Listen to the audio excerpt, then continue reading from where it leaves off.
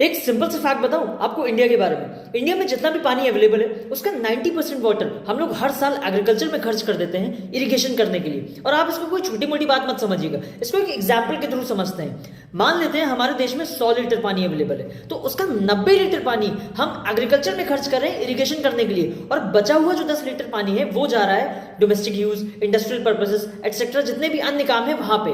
अब एक बहुत बड़ा सवाल सामने उभर के आता है कि सर इरिगेशन क्या होता है। इरिगेशन का सिंपल सा मतलब होता है कि खेतों को पानी पहुंचाना और फसलों को पानी देना, इस प्रोसेस को हम लोग कहते हैं इरिगेशन। सर एक और चीज बता दीजिए कि 90% वाटर हमें वहां पे खर्च क्यों करना पड़ता है, क्या इरिगेशन इतनी इंपॉर्टेंट है? चलिए आपको कुछ और फैक्ट्स बताता हूं।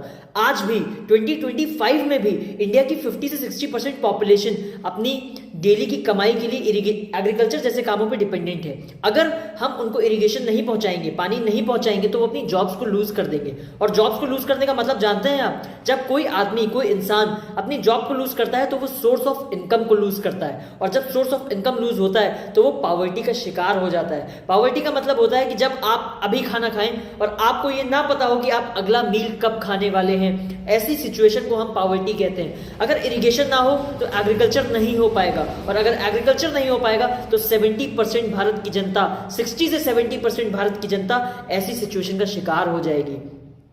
एक और फैक्ट है, वो कहता है कि हम 150 करोड़ पीपल हैं। सोचो हम लोगों को कितना खाने की रिक्वायरमेंट होगी, कितनी फूड्स की रिक्वायरमेंट होगी अगर एग्रीकल्चर ना हो। और एग्रीकल्चर डिपेंड करता है पूरा इरिगेशन पे। अगर इरिगेशन ना हो, खेतों की सिंचाई ना हो, तो 150 करोड़ लोगों की भूख वो कैसे सेटिस्फाई करेगा इंडिया?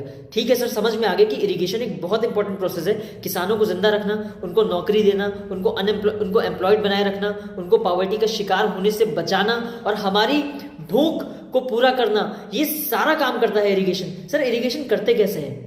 बहुत सारे तरीके हैं इरिगेशन करने के, नीचे डिस्क्रिप्शन बॉक्स में लिंक है, सब कुछ बहुत आराम से समझाया है, और ये भी बताया है कि एक इरिगेशन का प्रोसेस कैसे एक पूरी जनरेशन को चेंज कर सकता है, राजस्थान के एग्जाम्पल के थ्रू। जाओ देखो और कहानी को समझो।